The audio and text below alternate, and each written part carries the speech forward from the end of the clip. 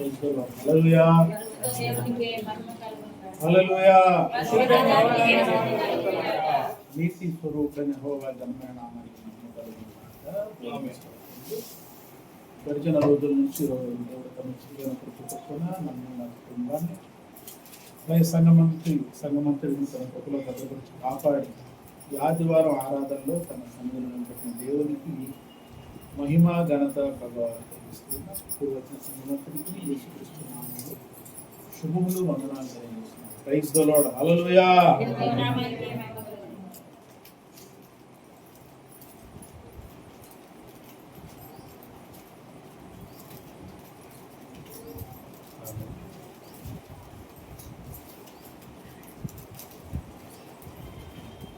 యోహాను అపోస్తలుడైన యోహాను గారు రాసిన మొదటి పత్రిక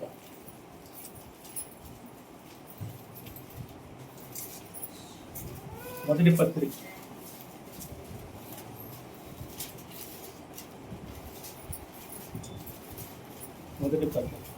అపోస్తలుడైన యోహాను తెలుసా? ఎవరు? ఏం చేస్తాడు ఈయన?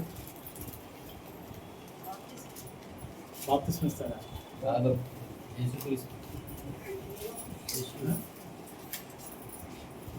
ఎవరాయన? యేసుక్రీస్తు శిష్యుడు తమ్ముడా? ఎవరికి? యేసుక్రీస్తుకి తమ్ముడా? శిష్యుడు. తమ్ముడు ఎక్కడి నుంచి వచ్చాడు? తమ్ముడు తర్వాత అంటాం మళ్ళీ. తమ్ముళ్ళు ఉన్నారు, ఈయన తర్వాత చెల్లెళ్ళు ఉన్నారు, తమ్ముళ్ళు ఉన్నారు. ఓకే, వాళ్ళ పేర్లు కొంతమంది ఉన్నాయి. ఓకే, అందులో ఒక ఆయన పేరు యోహాన్. ఓకే, ఈ యోహానా? ఏం మరి తమ్ముళ్ళు ఎవరు ఆయన విశ్వసించలా? ఎప్పుడు విశ్వసించారు? ఆయన చనిపోయి సమాధి చేయబడి తిరిగి 3వ దినాన అందరికీ కనపడ్డాడే, అప్పుడు విశ్వసించారు వాళ్ళు. అర్థమైందా? కొందరేమో ఆయన చనిపోయినప్పుడు విశ్వసించారు, కొంతమంది. తమ్ముడు కాదు. ఎట్లా అట్లయితే? అయ్య బాబోయ్.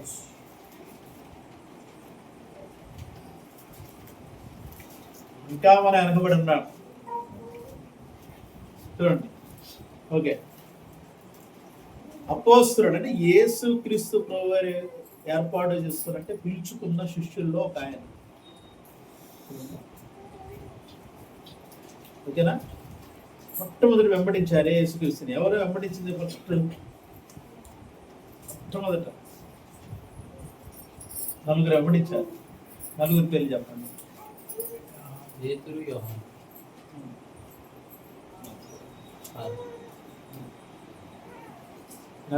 నలుగురు శిష్యులు ఎవరు చెప్పండి?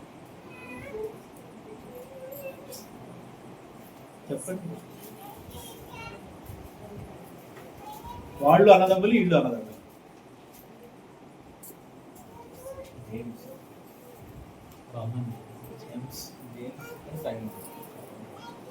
సీమోను, పేతురు, అంద్రేయ. యోహాను, యాకోబు.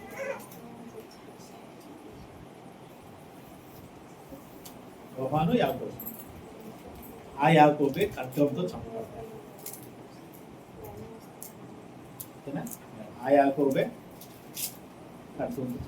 ఓకే,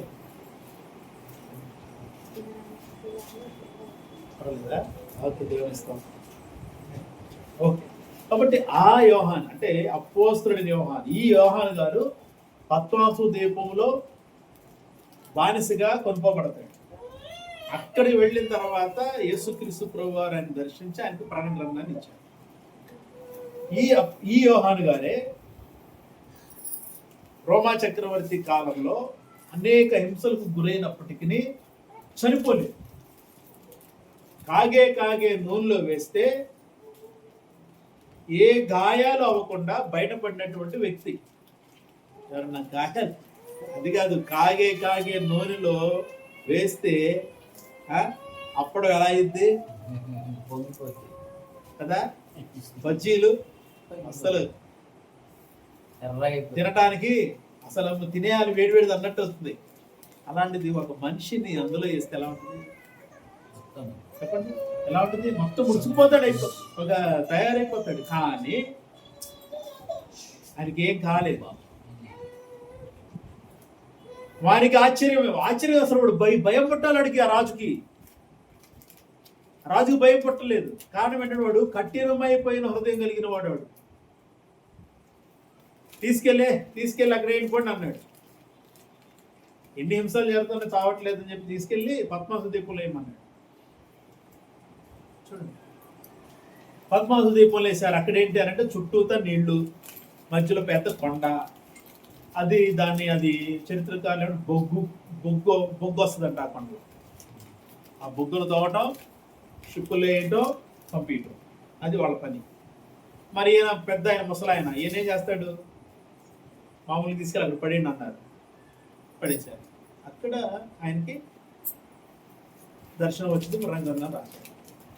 దానికంటే ముందు రాశాడు 3 పత్రికలు. ఓకేనా? స్వార్థ, అలాగే 3 పత్రికలు రాశాడు. ఇప్పుడు మనం ఈ మొదటి పత్రిక చాలా ప్రాముఖ్యంగా అనేక విషయాలు ఏమన్నా చదివారా ఎప్పుడన్నా? అమ్మా చదివారా? ఏముంటుంది అందులో చెప్పండి. చూసి కాదు, చదవని వాళ్ళు అంటే చూడండి, చదివిన వాళ్ళు ఎందుకు చూడాలి? ఇంకా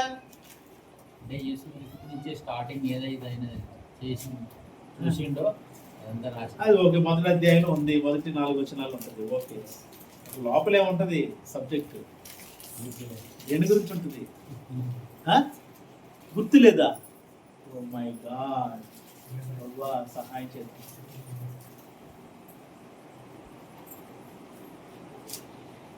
క్రైస్తవ సమాజానికి ఉపయోగకరమైన మాటలు. ఇది నేను చదవగానే యేసుక్రీస్తు అంటే ఇంకా తెలియదు మీకు. చెప్తూనే ఉన్నా, యేసుక్రీస్తుని దేవుడిగా కాదు, దేవుని కుమారుడుగా చూడండి అంటే ప్రార్థన చేయటం అలాగే చెప్తారు. దేవుడా యేసయ్య, దేవుడా యేసయ్య, ఎన్నిసార్లు చెప్పాలి. అందుకనే వాక్యం చదవాలి. యోహాను గారు ఏం చెప్పారు యేసుక్రీస్తు గురించి? పేతురు గారు ఏం చెప్పారు యేసుక్రీస్తు ప్రభు గురించి? పౌలు గారు ఏం చెప్పారు యేసుక్రీస్తు గురించి? ఏం చెప్పాడు? ఆయన దేవుడిగా వచ్చినట్లయితే ఆయన ముట్టుకోవటానికి ఎవరికైనా ధైర్యం ఉండేదా? చెప్పండి. కేవలం ఆయన వస్తేనే కొండను తాకద్దు అన్నాడు దేవుడు. కొండ మీదకి వచ్చినప్పుడే కొండను తాకద్దు, తాకినాడు ఎవడైనా సరే రాళ్లతో కొట్టబడి చంపడాలన్నాడు. అటువంటిది యేసుక్రీస్తు దేవుడిగా ఆయన వస్తుంటే ఎవరన్నా ముట్టుకోగలరా? అసలు ఎవరన్నా ఆయన ఎదురుపడి మాట్లాడగలరా?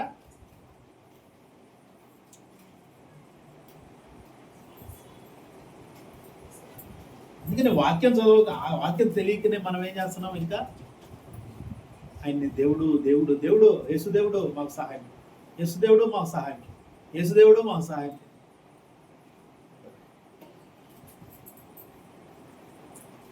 ఇందులో ఉన్న సబ్జెక్టులో చాలా ప్రాముఖ్యమైనది ఏం చెప్పాడు తెలుసా? ఆయన తండ్రిని కుమారుణ్ణి ఎవరైతే ఒప్పుకోరో వాళ్ళు క్రీస్తు విరోధులు అన్నారు. తండ్రిని కుమారుణ్ణి సబ్జెక్ట్ ఏం తెలుసు? ఏం చదువుకున్నారు? మరి ఏం చదివారు? ఇన్నేళ్ల విశ్వాస జీవితంలో గుర్తులేని స్థితిలో ఉన్నారు. ఆ వాక్యము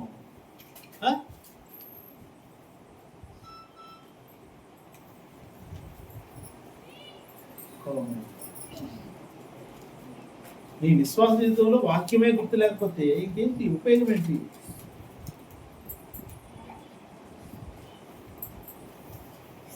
ఎలాగ మీ ఆత్మ బలపడింది? ఎలా మీ ఆత్మలో నుంచి దేవుని అద్భుత కార్యాలు బయటకు వస్తాయి?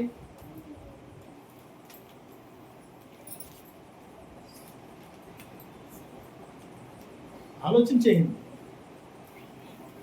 మీరు పరిశుద్ధాత్మను దుఃఖపరిచేది ఒక వ్యక్తిని కాదు,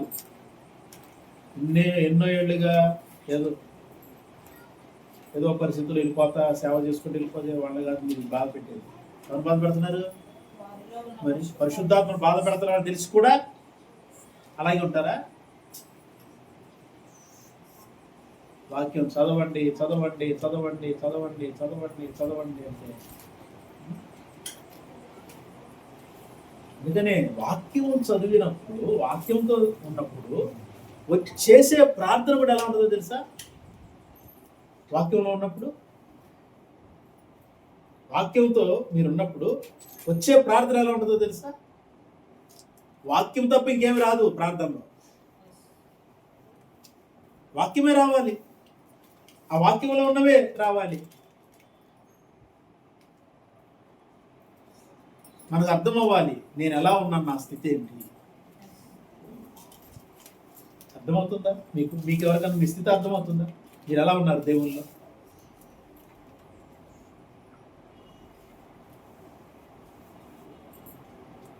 చాలా జాగ్రత్తగా ఉండాలి. అంత్య దినాల్లో ఉన్నాం, భయంకరం. చూడండి, మొదటి పత్రిక రెండవ అధ్యాయము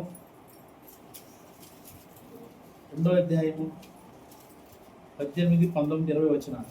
20 చిన్న పిల్లలారా ఇది కడవరి గడియ, క్రీస్తు విరోధి వచ్చునని వింటిని కదా, ఇప్పుడున్న అనేకులైన క్రీస్తు విరోధులు బయలుదేరి ఉన్నారు. ఇది కడవరి గడియ అని దీని చేత చాలు. ఆయన రాసేటప్పటికి, యోహాను గారు ఈ మాటలు రాసేటప్పటికి కడవరి గడియ అన్నాడు. అప్పటికే అంటే ఎప్పుడో తెలుసు అది ఈయన రాసింది? సుమారు క్రీస్తు 70వ సంవత్సరం. 70వ సంవత్సరం అంటే ఇప్పటికి ఎన్ని సంవత్సరాలు అయిపోయింది? 1900 సంవత్సరాలు అయిపోయింది. 1900 సంవత్సరాలు అయిపోయింది రాసి. అప్పుడే అంటున్నాడు ఆయన, ఇది కడవరి గడియ, క్రీస్తు విరోధి వచ్చునని వింటిరి కదా, అనేకులైన క్రీస్తు విరోధులు బయలుదేరి ఉన్నారు. అప్పటికే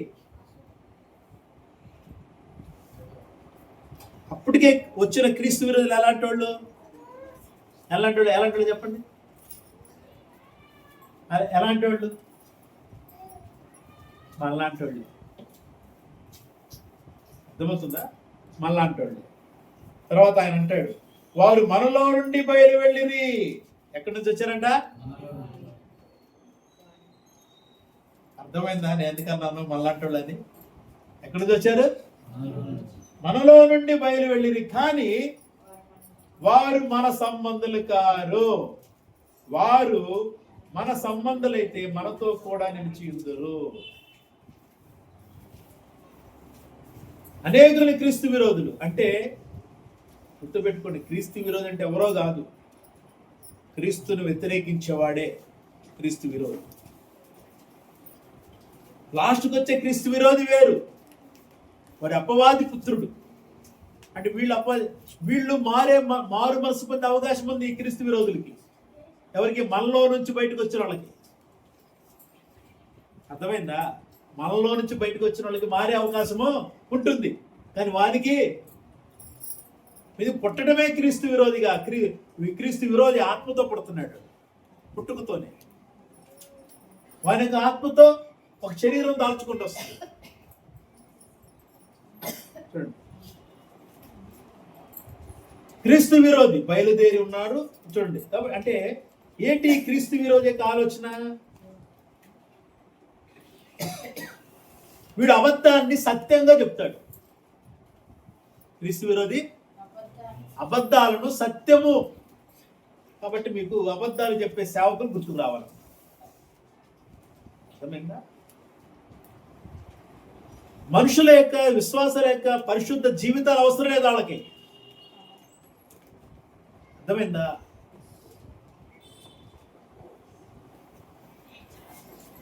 మనుషుల యొక్క ఇప్పుడున్న మీ పరిశుద్ధ జీవితం నాకు అక్కర్లా.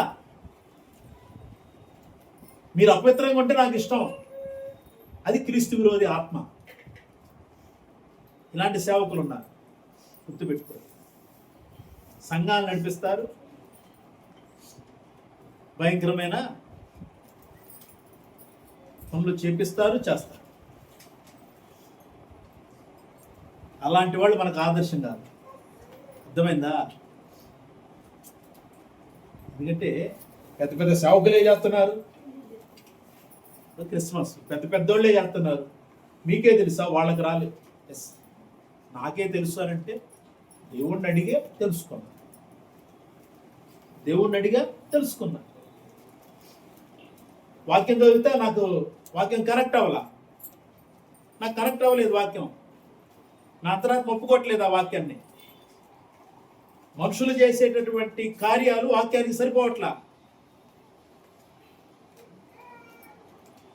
అంతే. అయితే నువ్వు అబద్ధ ప్రవక్తలు అన్నారు, ఓకే, దేవుని స్తోత్రం అనుకో, ప్రకటించుకో.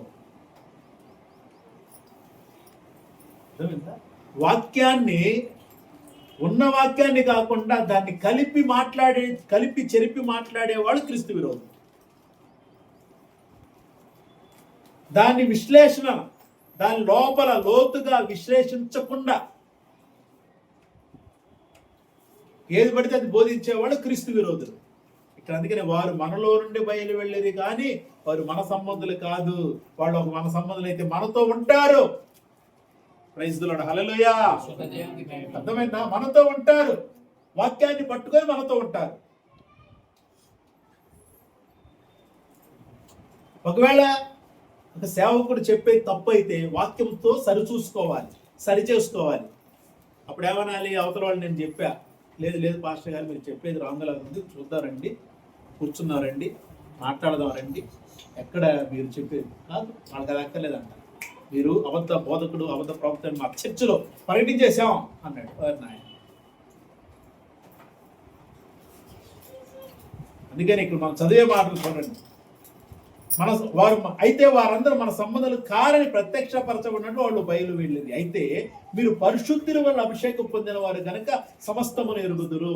మీరు సత్యం మెరుగని వారైనందున నేను వ్రాయలేదు కానీ మీరు దాన్ని ఎరిగి ఉన్నందునను, ఏ అబద్ధమును సత్య సంబంధమైనది కాదని ఎరిగి ఉన్నందునను మీకు వ్రాయిచున్నాను.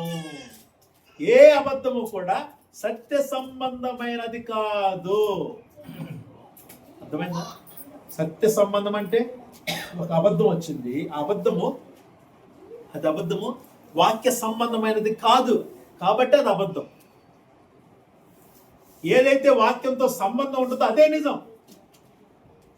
సత్య సంబంధమైనది అయి ఉండాలి నువ్వు చెప్పేది ఏదైనా, నువ్వు మాట్లాడేది ఏదైనా, నువ్వు వినేది కూడా. ఇప్పుడు యేసుక్రీస్తు ప్రభు వారు చనిపోయారు, తిరిగి 3వ దినాలు లేచాడు. అవును, ఇప్పుడు ఆదివారం లేచాడని చెప్పాలి, 3 రోజులు జరగాలి. కాబట్టి శుక్ర శని ఆది 3 రోజులు, శుక్ర శని 3 రోజులే కదా, శుక్ర శని ఆది 3 రోజులే కదా. ఆదివారం లేచాడు అంటే శుక్రవారం చనిపోయాడు, శనివారం సమాధిలో ఉన్నాడు, ఆదివారం నాడు తిరిగి లేచాడు. కాబట్టి చనిపోయిన రోజు గుడ్ ఫ్రైడే, లేచిన రోజు ఈస్టర్. 3 రోజులు వచ్చింది కదా. కానీ వాక్యం ఏం చెప్తుంది? 3 రాత్రులు 3 పగలు ఆయన సమాధిలో ఉండాలి. అర్థమైందా? 3 రాత్రులు 3 పగళ్ళు. 3 రాత్రులను ఎందుకు వాడారు తెలుసు బైబిల్లో? అక్కడ యోహాను గారు కానీ మత్తయ్య గారు కానీ ఎందుకు రాశారు తెలుసా? ప్రభు ఎందుకు చెప్పాడు తెలుసా? వాళ్ళ రోజు అంటే యూదుల యొక్క దినం రాత్రితో ప్రారంభమైంది. అర్థమైందా? యూదుల యొక్క దినం రాత్రితో ప్రారంభమైంది. రాత్రి అంటే సాయంత్రం 6 గంటలకు ఒక రోజు ప్రారంభమైంది. సాయంత్రం 6 గంటల నుంచి రేపు సాయంత్రం 6 గంటల వరకు ఒక దినం. అంటే మొట్టమొదటి వారిది రాత్రి, తర్వాత పగలు. ఆది కాండం గుర్తు రావాలి మనకి ఈ మాట చదవగానే. సూర్యాస్తమయము సూర్యోదయము కలుగగా ఒక దినం ఆయను. ఏమన్నాడు దేవుడు? అదేంటి సూర్యోదయము సూర్యాస్తమయం కదా అనాల్సింది. మరి దేవుడు ఏంటి సూర్యాస్తమయము సూర్యోదయము అన్నాడు? ఒక దినం ఆయను. అప్పుడు యూదులు అది పాటిస్తారు. అందుకనే ప్రభు క్లారిటీగా చెప్పాడు, తండ్రి అయిన దేవుడు క్లారిటీగా చెప్పాడు ఇజ్రాయెల్ ప్రజలకి, మీరు వధించినటువంటి గొర్రె పిల్ల మాంసము సాయంత్రము 14వ తారీఖు సాయంత్రం వధించేయాలి. అంటే మరో దినం రాకూడదు, మరో దినం రాకముందే వధించాలి. ఆ ఏదైతే మరో దినం వస్తుందో అది పులిని రొట్టెల పండుగ ప్రారంభమైంది కాబట్టి ఆ రోజు మీరు ఆ మాంసాన్ని వండుకొని, ఏ రోజు అదే రోజు వధించిన రోజు వండుకొని, ఆ తర్వాత పులిని రొట్టెల పండుగ స్టార్ట్ అవ్వగానే దాంతో మీరు తినాలి. చేదు కూరలతో తినాలి, చేదు ఆకుకూరలు ఉంటాయి వాటితో తినాలి. 14వ తారీఖు సాయంత్రం అంటే చూడండి, అంటే ఒక క్లారిటీ ఇచ్చాడు దేవుడు.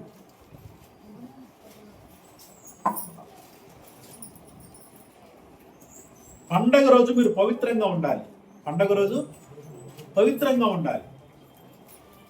చనిపోయిన శవం, పండుగ సమయాల్లో శవం అనేది ఉండకూడదు ఇళ్లల్లో. అర్థమైందా? ఇళ్లల్లో పండుగ సమయంలో ఎవరైనా చనిపోతే ఆ శవం పండుగ ప్రారంభం అవటానికి ముందే సమాధి చేయబడాలి. ఒకవేళ ఆ శవం అలాగే ఉంటే దేశమంతా అపవిత్రమైపోతుంది. దేవుడు ఆనాడు పాత నిబంధన కాలంలో ఇచ్చిన ఒక పద్ధతి. కాబట్టి ఇది కాకుండా శుక్ర శని ఆది ఓకే 3 రోజులు అయిపోయిందంటే అయిపోయిందా? ఎవరిట కావాలి? 3 రాత్రులు 3 పగలు ఎలా అయింది? కాబట్టి ఈ అబద్ధము వాక్యానికి సరిపోవట్లా. క్రీస్తు విరోధులు ఎక్కడి నుంచి వచ్చారు? మనలో నుండే బయలు వెళ్ళి. ఎక్కడి నుంచి వచ్చినాయి ఇవన్నీ? ఎక్కడి నుంచి వచ్చినాయి? మీకు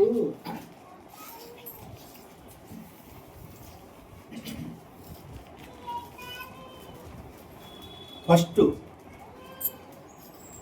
అపోస్తలుల కాలం అయిపోయి తర్వాత చాలా శ్రమలతో ఎవరో బతికి అటు ఇటుగా సేవ చేసుకుంటా వెళ్ళిపోయారు. చాలా ఏళ్ల తర్వాత క్రైస్తవ్యానికి ఒక గుర్తింపు అనేది ఏమీ లేదు. ఎందుకంటే శ్రమలే ఎక్కువ ఆ రోజుల్లో. ఆ రోజుల్లో శ్రమలే ఎక్కువ. ఆ రోజుల్లో ప్రతి రాజు కూడా శ్రమ పెట్టేవాడు క్రైస్తవులు. చెదిరిపోయేవాళ్ళు, చచ్చిపోయేవాళ్ళు ఎక్కువ. ఇప్పుడు 10 మంది ఉన్నారు, వాళ్ళందరినీ చంపేస్తే ఇక సేవ ఎక్కడ సాగింది? సేవలో వెళ్ళిపోద్ది, వెళ్ళదు కదా.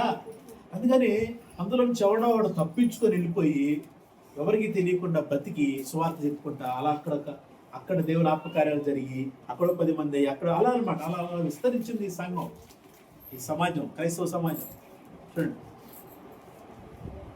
అయితే ఆ తర్వాత కాలంలో కాన్స్టంటైన్ ఆయన క్రీస్తుని నమ్మటం, ఆయన ఆ దేవతలన్నింటినీ, ఆ రోమన్ దేవతలన్నింటినీ వీళ్ళ ప్రతిమలోనికి మార్చటం. మరియమ్మ ప్రతిమ, యేసుక్రీస్తు ప్రతిమ, అపోస్తలుడైన పౌలు గారిది, అపోస్తలుడైన యోహాను గారు, అపోస్తలుడైన పేతురు గారు, వీళ్ళ రూపాల్లోకి మార్చటం. వీళ్ళ రూపాల్లోకి మార్చి ఆ యొక్క వాళ్ళ దేవాలయం అంతా కూడా చర్చి రూపంలోకి మారిపోయింది. శిలువాకారాలతో బొమ్మలు తయారు చేయించి చూడండి. ఆ తర్వాత అందులో నుంచి రోమన్ క్యాథలిక్ అని వచ్చింది. వాళ్ళు ఏంటంటే పూర్తిగా క్రీస్తుకి విరోధం. అర్థమైందా? వాళ్ళు సిలువను తలకిందులు వేస్తారు. సిలువను తలకిందులు వేస్తారు. తెలుసా తలకిందులు ఏంటో? ఎప్పుడు గమనించారా? ఓకేనా? కనపడిందా? ఫస్ట్ వాళ్ళు చేసేది అయిపోయింది. ఇక్కడ వరకు ఒకటి నిలువు గీత, ఇక్కడ అడ్డగీత. అంతేకాదు పోపు గారి సింహాసనం వెనక సిలువ తలకిందులుగా ఉంటుంది. సిలువ తలకిందులుగా ఉంటుంది. ఆయన వేసుకునే కోటు మీద అన్య దేవతల బొమ్మలు ఉంటాయి.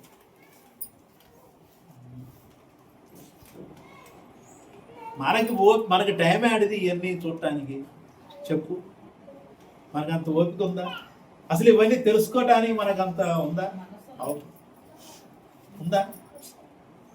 అసలు ఏంటి అసలు క్రిస్టియానిటీ ఏంటో తెలుసుకోవాలని ఆసక్తి ఉంది అసలు ముందు?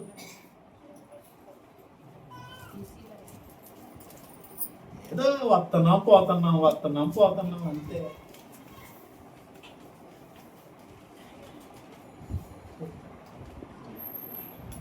లాస్ట్ డేస్లో ఉన్నాం మనం.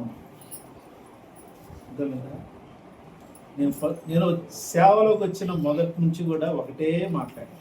రోమన్ క్యాథలిక్లు ఎప్పటికీ వాడు క్రైస్తవులు కాలేరు. రోమన్ క్యాథలిక్లు క్రీస్తు విరోధులు.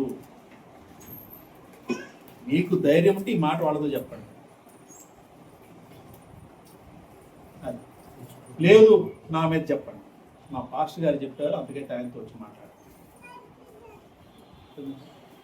క్రీస్తు రోమన్ క్యాథలిక్లు క్రీస్తు విరోధులు, గుర్తుపెట్టుకో. సేవ చేయొచ్చు, ప్రేమించవచ్చు, ఓకే, నో ప్రాబ్లం. దాని ముసుగులో క్రీస్తుని ఏం చేస్తున్నారు వాళ్ళు? తలకిందులుగా, అంటే ఆయన బోధల్ని తలకిందులు చేస్తున్నారు. పవిత్రత అనే స్థానములో అపవిత్రతే వాళ్ళకి మనం మనుషులు అండి అంటారు. సింపుల్. పాపం చేసామంటారు, మనం మనుషులు అండి. మనుషులు పాపం చేస్తారండి. మరి యేసుక్రీస్తు వచ్చింది మనిషి పాపం చేయకుండా తన ఆత్మని ఇవ్వటానికి వచ్చాడండి. ఏదో ఆత్మ ఇది? ఏదో ఆత్మ ఇది? వాళ్ళని ఫాలో అవ్వకండి. రోమన్ క్యాథలిక్లు క్రీస్తు విరోధులు, గుర్తుపెట్టుకోండి. వాడు ఎంతటోడైనా సరే. ఇందులో మర్చిపోయాను మీకు చెప్పటం, ఈ రోమన్ క్యాథలిక్లో గొప్ప గొప్ప వాళ్ళు ఉంటారు, కోటీశ్వరులు ఉంటారు. అర్థమైందా? నీకు డబ్బు సాయం చేయొచ్చు, మనమే మాట్లాడకూడదని. మనమే మాట్లాడడం. డబ్బు సాయం చేస్తున్నారుగా వాళ్ళు. ఆయన క్రైస్తవులకు డబ్బు సాయం చేస్తున్నారుగా. ఒక ఆలోచన అనమాట. హెల్పింగ్ నేచర్ ఉంటుంది. అలాగే పాపం కూడా ఎక్కువ.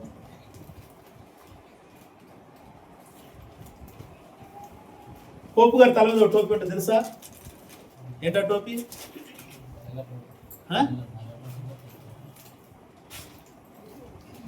ఏం గుర్తు తెలుసా? అది చేప గుర్తు, చేప తల. అంటే చేప తల ఎందుకు పెట్టుకున్నాడు ఆయన? ఆయనకి ఎంత అంత అవసరం అంటే, దాగోరు దేవత చేప ఆకారం, ఫిలిష్తీయుల దేవత. ఇక్కడ ఉంది కదా మత్స్యాకారం ఉందా లేదా? ఏడ నుంచి వచ్చింది మరి? అది ఏడ నుంచి వచ్చింది మత్స్యావతారం? అది మన ఇండియాలో లేదు. అక్కడ వాళ్ళు తప్పించుకొని పారిపోయి వచ్చి ఇక్కడికి వచ్చి కథలు కొత్తగా రాశారంత ఏం లేదు. మీరు గుర్తుపెట్టుకోవాలి ఇవన్నీ. అంటే వీటి వల్ల మీ ఆత్మీయ జీవితం కొంచెం దేవుడు అంటే భయపడటానికి, ఒక విధంగా చెప్పాలంటే, మనం ఇలాంటి సమాజంలో ఉన్నామా అనుకోండి. ఇంకా భయం కూడా లేదనుకోండి, దేవుని స్తోత్రం చేసే దేవుని.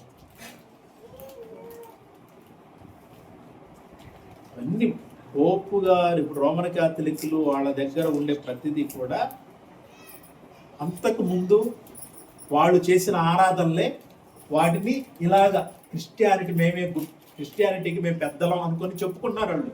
కానీ వాళ్ళు పెద్దలు కాదు, జాగ్రత్త, వాళ్ళు గద్దలు, ఎగరేసుకుపోతారు. ఇక్కడదే అంటున్నాడు ఆయన, ఏ అబద్ధమును సత్య సంబంధమైనది కాదని ఎరుగునందున మీకు రాయించున్నాను. యేసు క్రీస్తు కాడని చెప్పువాడు తప్ప ఎవడు అబద్ధికుడు?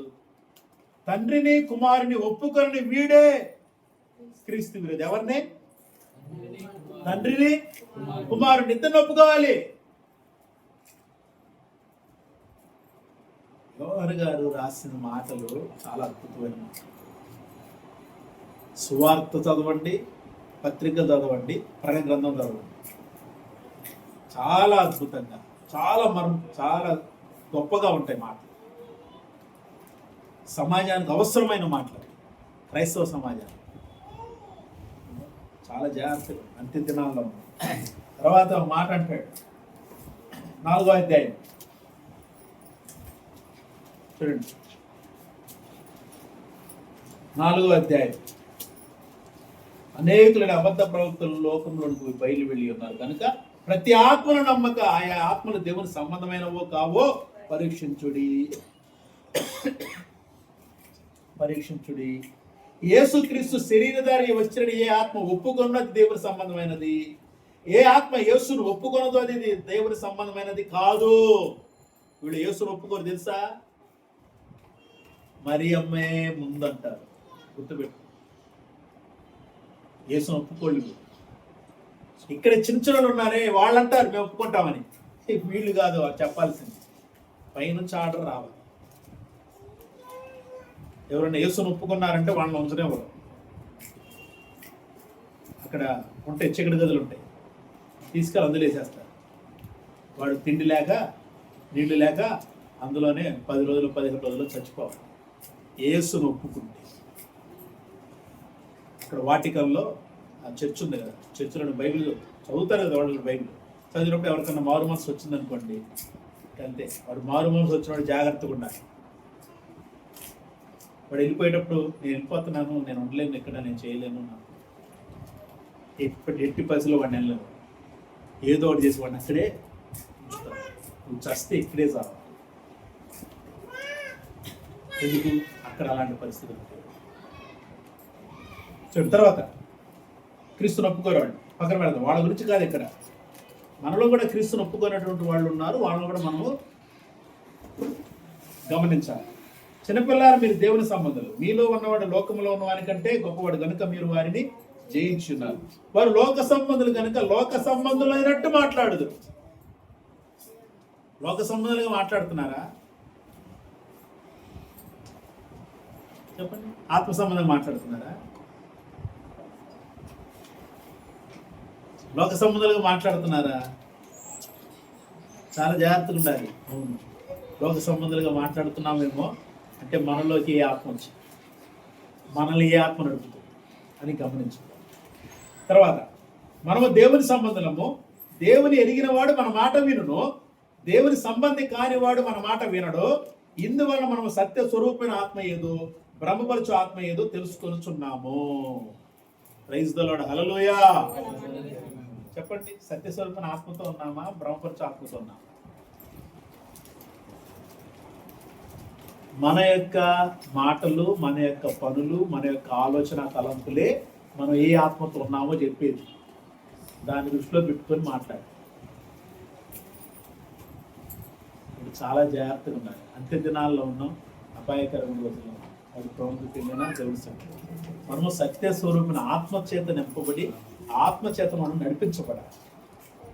అది అన్ని విషయాల్ని మనకు విడమర్చి చెప్పేది సత్యస్వరూపిన ఆత్మ. సత్యాన్ని బోధించింది, అబద్ధం ఉండదు ఇందులో. వాక్యానుసారమైనటువంటి సత్యం మాత్రమే ఉంటుంది. ఏ అబద్ధము కూడా సత్య సంబంధమైనది ఒప్పుకోదు. ప్రతి అబద్ధము సత్య సంబంధమైనది అనదు. ఏ అబద్ధము సత్య సంబంధమైనది కాదు. Praise the Lord. హల్లెలూయా. కాబట్టి ఈ అంత్య దినాల్లో చాలా జాగ్రత్తగా జీవితాన్ని తాపత్రయపడదాం.